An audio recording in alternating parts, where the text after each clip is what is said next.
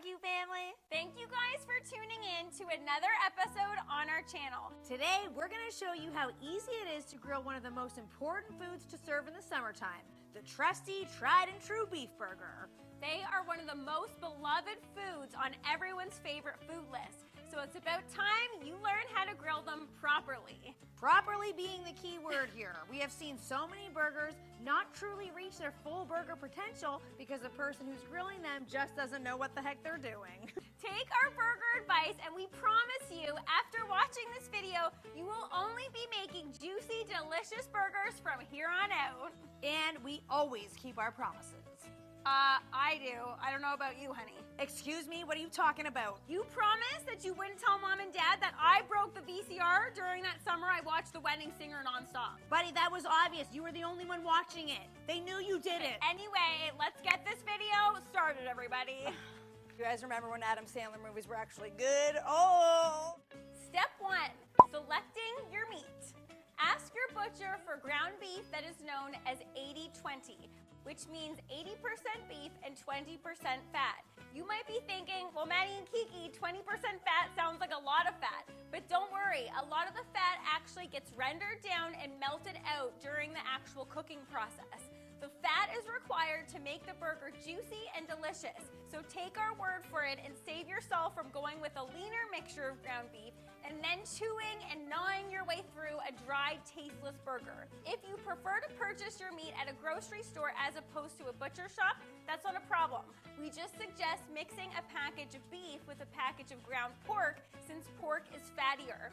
The result is a super flavor-packed burger that's juicy and unique in its own right. Step 2, burger patty formation. In order to form patties that contain the same amount of meat, use a half-cup measure. The half-cup measure is a great size for a single burger patty, but also decent size enough that you could stack one on top of the other for a double burger. If you want to make sliders, go for a smaller measuring cup. You can get really creative with the different size burgers and see which ones you like best. It's important to note that we're not using the measuring cup to shape the patties.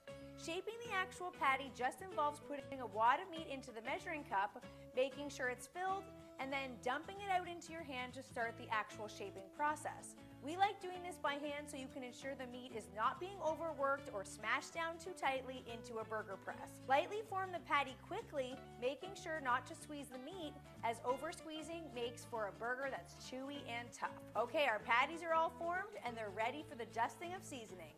Did you notice that I said dusting of seasoning? That is all burgers need when it comes to any add-ins. Ingredients like breadcrumbs, eggs, onions, and herbs are all ingredients for meatballs, not burgers. Burgers are meat plus seasoning plus flavor from the grill. That is it. We started with 3 pounds of ground beef and we made 11 equal portioned patties. Sprinkle with salt, black pepper, or if you want to get a little extra snazzy, sprinkle on your favorite barbecue rub. Today we're using Tomahawk Barbecue Deadly Bovine Rub.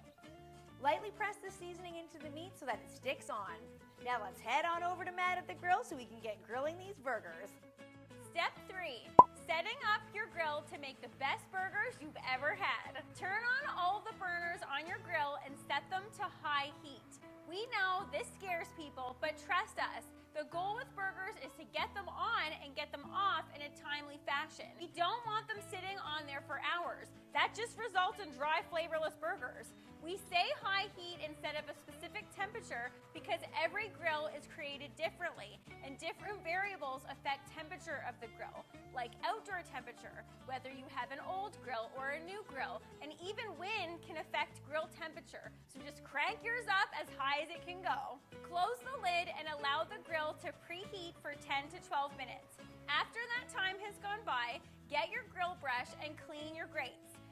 Notice we're not at all, not even a tiny little bit, suggesting that you oil the grates. Oiling the grates is completely unnecessary when you start grilling with a properly preheated grill. People think oiling prevents food from sticking to the grill, but it doesn't. The only thing that prevents food stickage is preheating, so do not skip that step. Oh, and also, on that note, don't oil the outside of your burgers either. Stop doing it. Burgers are loaded with fat, so adding oil to the outside just results in immediate flames, and we don't want that as these burgers hit the grill grates. Can I get back to my grilling part, please? proper oil usage, guys. I know. Place the burgers onto the grill and lightly press down. Do not squeeze down with your spatula. That just squeezes out juices and tastiness, and no one wants that. Close the lid and don't walk away. These burgers are cooking over high heat, so they won't take long per side. Listen to the sounds happening under the lid. As the burgers continue to cook, the fat heats up and starts dripping down into the grill, which causes flames to gently kiss the burgers. Light flame kisses are okay, but aggressive out-of-control flames are not, so stay close by. After about 3.5 minutes, lift the lid and evaluate what the burgers look like. When juices start to pool in the middle and the meat starts to look cooked around the perimeter of the burgers, it's time to flip them. Only ever flip your burgers once. Flipping multiple times results in juices leaking out. As for done temperature, we aim for 150 to 155, aka medium well. We know some people may prefer them cooked to a lower temperature, but that's up to you and your individual preference. If you want to add cheese to your burger, then you're going to want to add it about a minute before the burgers are ready to come off the grill, as cheese melts fast and you don't want all of it just oozing off of your burger and down into the depths of the grill. Place the cheese on, close the lid, and a minute later, the burgers are ready to come off.